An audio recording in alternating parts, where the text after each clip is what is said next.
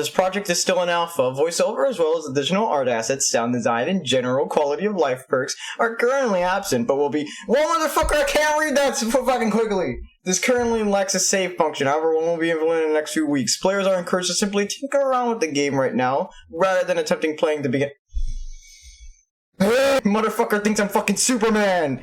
But welcome to a little game called Up Late with Phil Crocker, or Cocker, or whatever the fuck. I can't pronounce the name. Let's do this.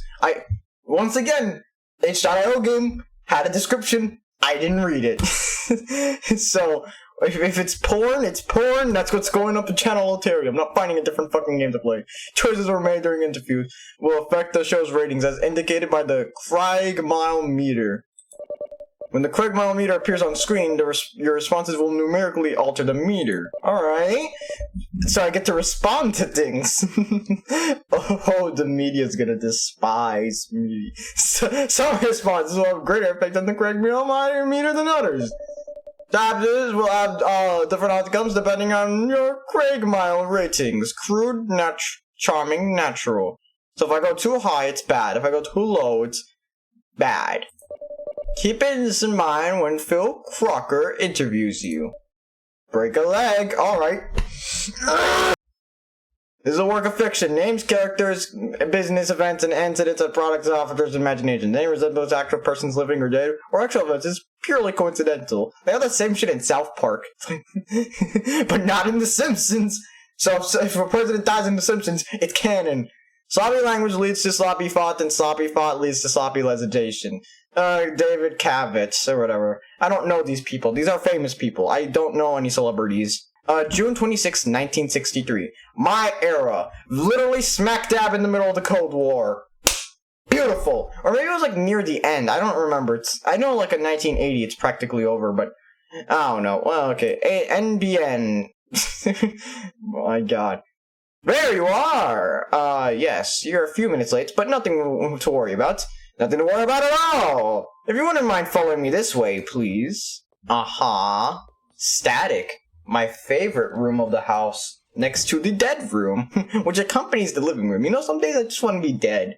Here we are! Oh, snazzy music! This is the green room! Feel free to make yourself comfortable. Oh, I will, trust me. You can go ahead and fix yourself a drink at the bar over there, too. My name's Kenneth, by the way. Kenneth Laudermilk.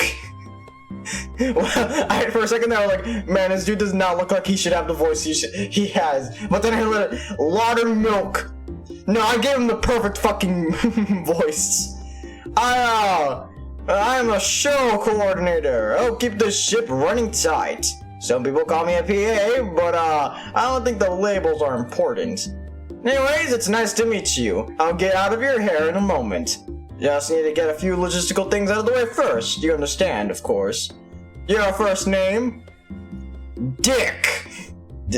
D-I-C-K. Got it. And your last name? And balls? And balls? There's not an and balls. I feel offended already. McCormick, Smith, or Vesper. These all sound stupid. Who the fuck names your child Smith? McCormick sounds the funniest, I guess. MC Cormick. Got it. And, look, I'm really sorry to even have to ask this one, but it's a form here, so I gotta do what I gotta do. Don't take it personally. Your sex? Male or female? Damn, back in the good old days when there was only two options! Male, right, obviously. What do you mean by obviously? Of course I knew that, but you know how bureaucracy is, gotta mind those P's and Q's. I don't know what that means. Anyhow, you're some kind of crooner, right? Lounge music has never been my thing. More of a rock guy myself, but I think my parents are big fans. You did that shark song, right? All the sharks, babe, got big teeth. That guy, right? Say nothing. Yeah, that's what I'm gonna do, say nothing. Make it as awkward as possible. Okay, then. Well, thank you for bearing with me for all that logistical stuff. Guests never like doing it, and frankly, I don't blame them. Anyhow, hair and makeup should be by to do you up in about half an hour. And Mr. Crocker should be coming by pretty soon. I have a quick word with you, too.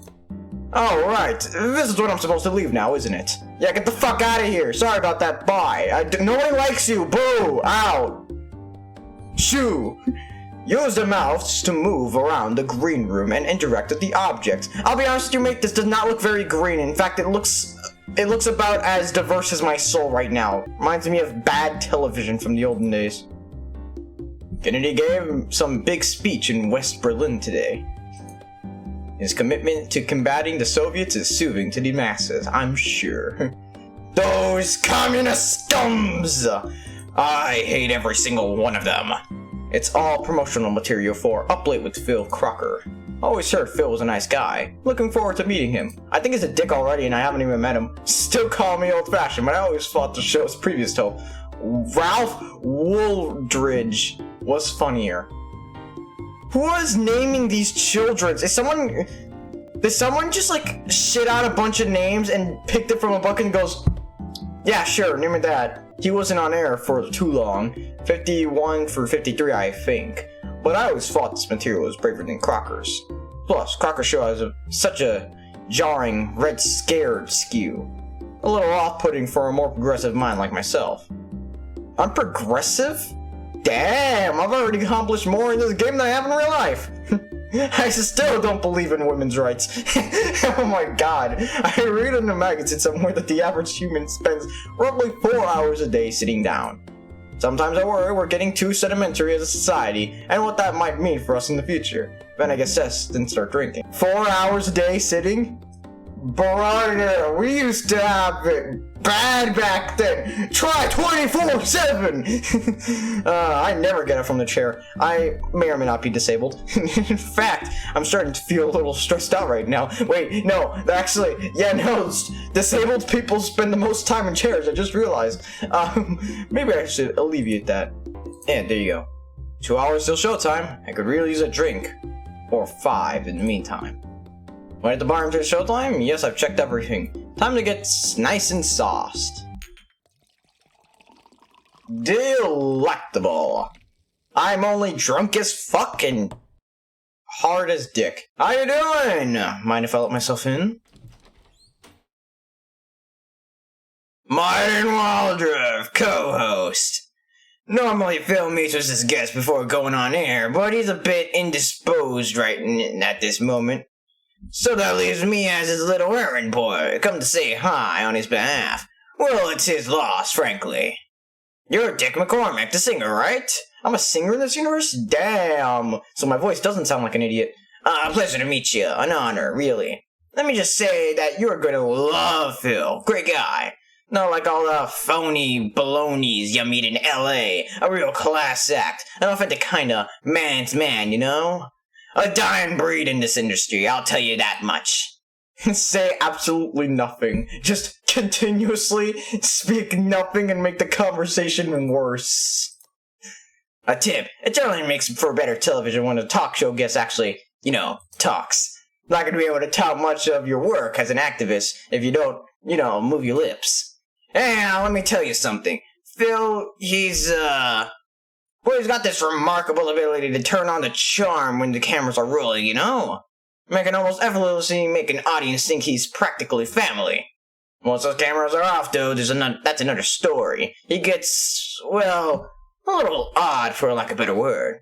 Tends to dominate conversations. Always on the lookout for some bigger name than his own to smooze.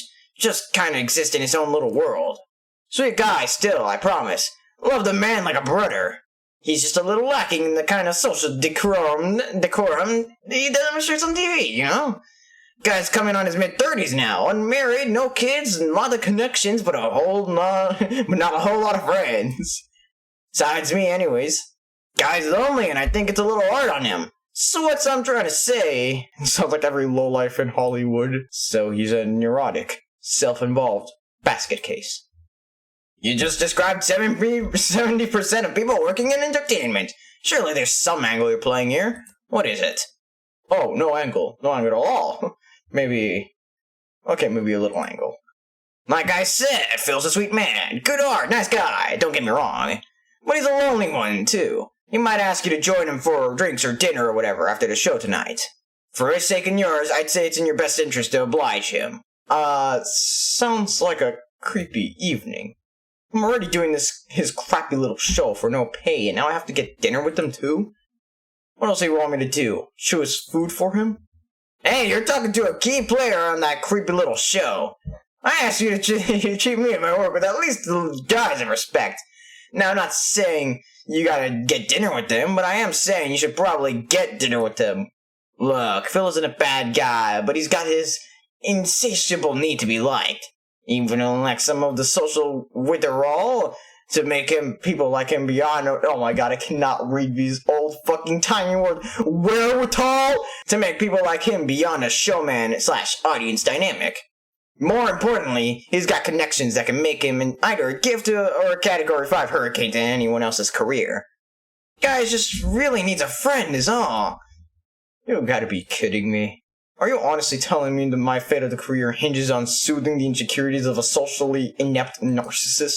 Don't tell me you guys gotta pull this shit on every single guest that walks in here. Hey, Croc's a good man and a good friend. I ask that you watch your mouth when you talk about him around me, understand? Still, this isn't normally the case. Normally, Croc's understanding enough to accept the fact that people have lives outside of him. Really, he just has the occasional bad day where he acts like a high-maintenance diva. Unfortunately, you caught him in one of those bad days. Look, I'm strong-arming ya. You and I can both see that. But it ain't my say. If it were, the conversation wouldn't be happening, I swear. End of the day, Phil gets what Phil wants. And the network makes it everyone's problem when he doesn't. Yours and mine's included. Honestly, I'm just a messenger here, so don't shoot me. Well, I'll get out of your hair. Gotta see how the writing staff's coming along. We start shooting in half an hour, and they still ain't even finished writing the damn monologue yet. Can you believe it? Lazy bunch of yahoos they are, I tell ya. And again, I'm sorry about all this. But just try and have fun tonight. Phil's a bit, intense, but a good guy at the end of the day. Plus, he always picks up the bill at dinner. So you know, there's perks. What the hell was all that? Is my career really worth an awkward dinner with some nerdy comic? A needy comic? What am I saying? Of course it is. Even so, I'd rather have dinner with that annoying temp. But does he really have the clout to jeopardize my career like Martin said he did, or... No way, right? Yeah, it's impossible. You're on in 5!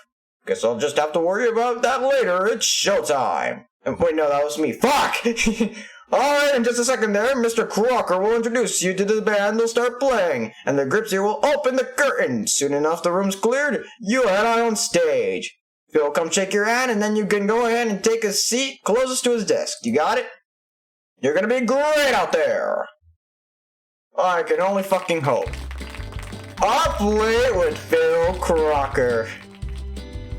Guessing that's me. Let's do this.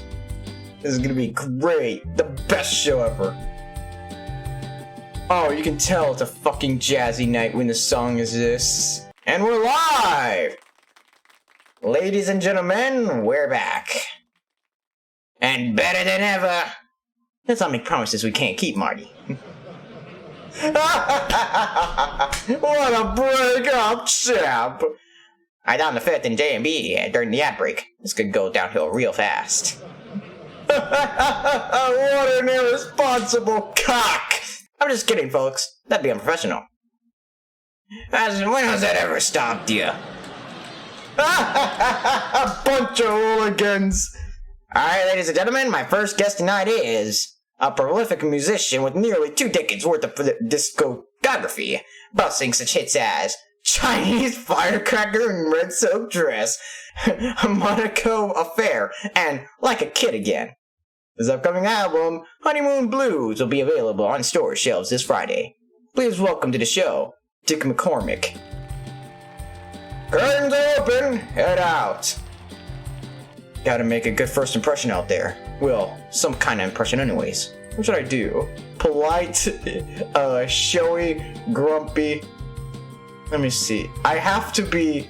I can either be a complete and utter dick, I can be, reasonable, or I can just, try to upstage him. Upstage. Let's do this. Make a bit smile, silly entrance, point a finger, guns, and dance a little to the music. Shake McCrocker's hand, keep it fun. Yeah. Looks like Phil Crocker in the audience got a real kick out of that. This interview might actually go okay. Wow, you really know how to make an entrance, don't ya? You know, just because we have a coffee maker in the green room doesn't mean you're expected to drink the entire pot. I'm just kidding, of course. Thanks so much for coming on the show. A pleasure to be here. Thanks for having me. It's a pleasure to finally get to be here. Well, first of all, I just want to say it's a real honor to have such a tremendous talent with us in the studio tonight. Oh, Phil, stop it now. You're making me blush in front of our audience. Ignore Marty. I can't go 2 seconds without fishing for compliments.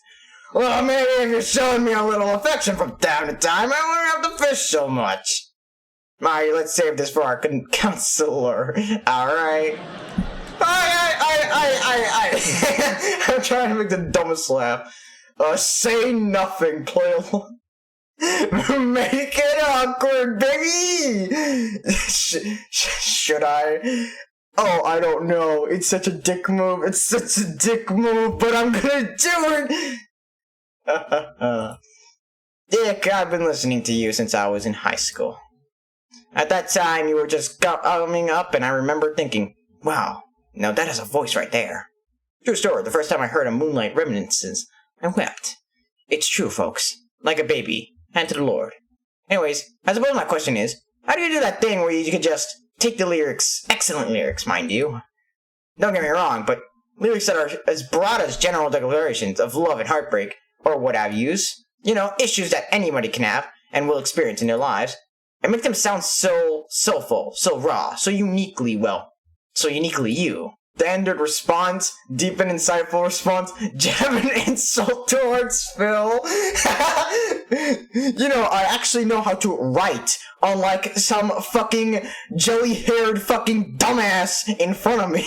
I honestly don't know if I should go for this, but I'm so tempted.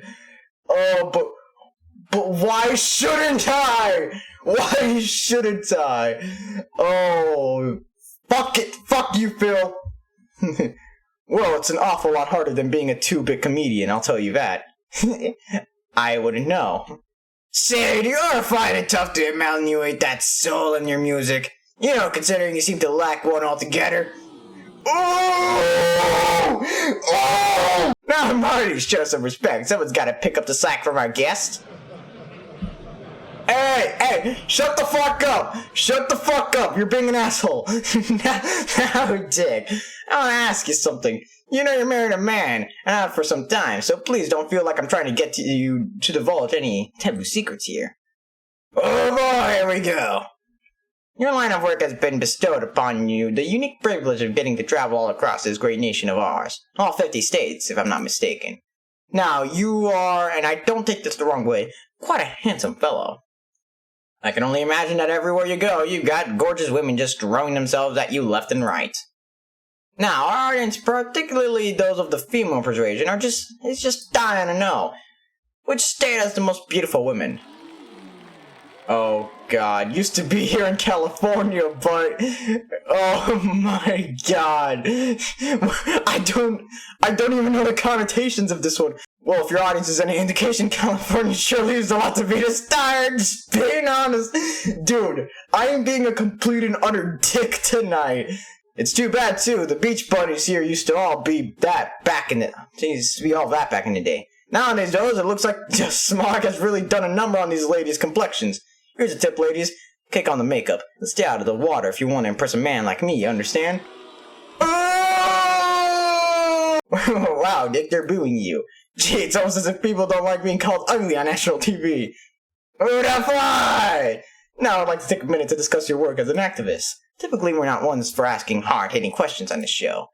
But I'd be remiss if I didn't address some of the more controversial stances you've taken regarding America's place on the world stage. Just last month, you gained significant attention when you led a march against American intervention in Vietnam. Many criticized you, arguing that you are an entertainer and have no place in speaking into matters of foreign diplomacy. Moreover, people viewed your harsh words towards the U.S. government due to a clear and concerning rise in communism within Indochinese nations as un-American. I suppose my question is, why do you feel it important to be involved in this matter? Don't you think you might be a little bit over your head? Yeah, we're all entertainers here. Why not stay in your lane? Leave this stuff to the boys in D.C. I don't even know what the fuck diplomatic is. Let's see. Phil, I'm not a politician, but I am a public figure. That being the case, I feel obligated to utilize my platform to speak on injustice. I don't demand people to agree with me, but I do ask for their respect to exercise my respect. Like I fucking give respect to get respect. To exercise and utilize my First Amendment right. There are lots of people in this country who feel as I do, so I want to rally like-minded support for this cause. There are many young men with promising futures who fear that the war in the East is just over the horizon. They fear being called to put their lives both on hold and on the line for the sake of intervening is, let's face it, a foreign civil war that we simply have no place getting in the middle of. Sure, Eisenhower warned of the potential domino effect of unchecked communist ideologies, and that may seem like a valid enough excuse for intervention, but let's not forget that he also warned of looming military and industrial complex, creating a cynical monetary alliance between world governments and the defense industry. Just last year, the US began poisoning crops in South Vietnam with a hazardous chemical compound, Agent Orange, supplied by Monsanto. We have no idea what long-term effects this will have on these people's health, and most of this country doesn't even seem to care. Doesn't that seem like a red flag? Doesn't that seem like a falling domino in of itself? You're entitled to your opinion, Dick, and you're right. There's no excuse for people trying to tamp down on your right to free speech. I think many Americans would urge you to consider the necessity of some degree of sacrifice, for the sake of your career and for the sake of stability within our own borders. Stirring the pot is only going to further drive a wedge between us and the nation, and Lord knows we're already getting plenty of that from the folks in, like, Malcolm X.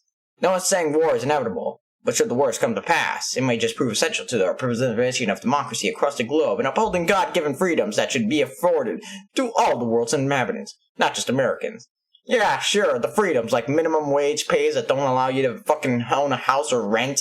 That's like the freedom of not having free healthcare, the freedom of being a fucking slave to a giant corporation, and they don't have to pay tax, but you have to pay tax. The freedom of not being able to move somewhere else, because if you're American, you still get taxed in other fucking countries. This country is fucking shit, dude. Just some food for thought. Yeah, sure, whatever, full macaque. Yeah, you piece of shit, go fuck yourself. Oh, come on, Crocker. Sacrifice? I don't think... Sorry, we're almost out of time. Let's move on. Ladies and gentlemen, we have to take a quick break for a very important word from our sponsors, but don't go anywhere. When we return, our guest Dick McCormick has a very special performance in store for us. Stay tuned. I think I did pretty good on this interview, you know? I pissed off the audience, I pissed off Phil, and now we're at an ad break, just as I was getting controversial on politics. Beautiful! That went great. I came off charming, but I was able to play ball with Crocker and Martin without steamrolling their comedy steerlings. Great work out there, you really charmed the pants off that audience, didn't he, Crocker? Croc? Oh, yes, very charming, very charming. You okay, Croc? Seems like you got something else on your mind. What? No, I'm more than okay, Marty. It was a great show. I hope you had as much fun as Marty and I did, Dick. Hey, listen, so what song did you want to do after the commercials? I'll be playing a single of my new album, My Ties in Kawaii. Oh, terrific, that's just terrific. Gonna be great for promoting my new album, huh, Crocker? Why don't you go to coordinate with the band? I chat with the band and go over to sheet music with them.